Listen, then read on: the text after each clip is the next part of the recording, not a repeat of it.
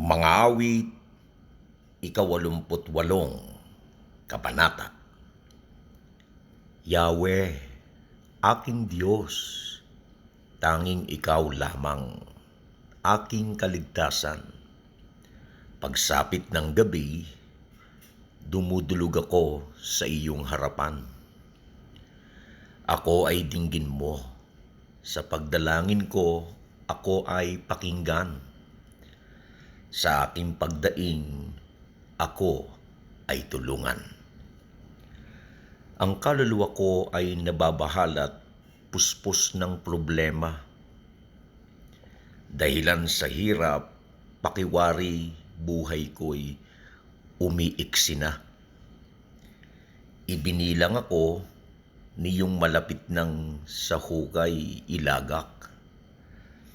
Ang aking katulad ay mahina na't ubos na ang lakas. Ang katulad ko pa ay ang iniwanan sa gitna ng patay. Animoy nasawi na nananahimik sa kanyang libingan. Tulad na rin ako nitong mga tao na iyong nilimot. Parang mga tao na sa iyong tulong ay hindi maabot.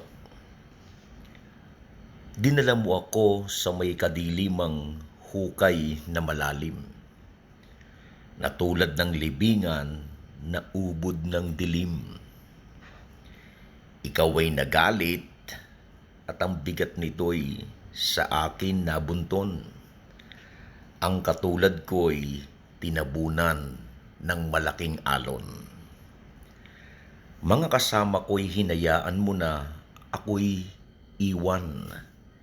Hinayaan silang mamuhi sa akit, ako'y katakutan. Kaya hindi ako makatakas, ngayo't pinto ay nasarahan.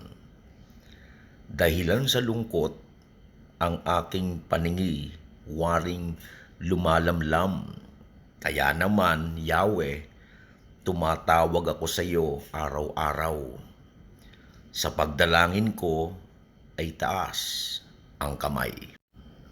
Makakagawa ba ikaw, Panginoon, ng kababalaghan para purihin ka niyong mga patay? Ang pag-ibig mo ba doon sa libingay ipinapahayag? O sa karyaan niyong mga patay ang iyong pagtatapat?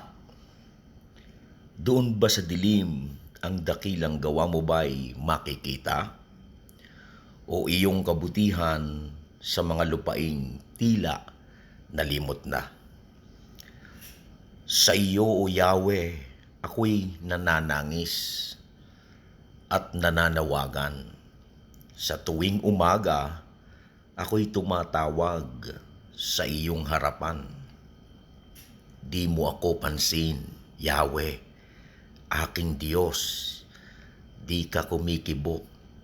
Bakit ang mukha mo'y ikinukubli mo, ika'y nagtatago? Mula pagkabata, ako'y nagtiis na. Halos ikamatay. Ang iyong parusay, siyang nagpahina sa aking katawan. Sa aking sarili, tindi ng galit mo'y aking nadarama. Ako'y mamamatay kung di ka hihinto ng pagpaparusa. Parang baha sila kung sumasalakay sa aking paligid. Sa buong maghapon, kinukubkub ako sa lahat ng panig. Iyong pinalayo, mga kaibigan, pati kapitbahay.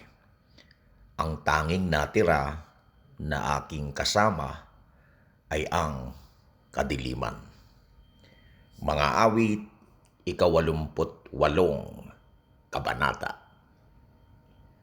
Si Jesus ang Panginoon ng Dumay. Si Jesus ang Panginoon ng United Arab Emirates. Si Jesus ang Panginoon ng Pilipinas. Ang Diyos ay mabuti sa lahat ng oras at sa lahat ng oras ang Diyos ay mabuti.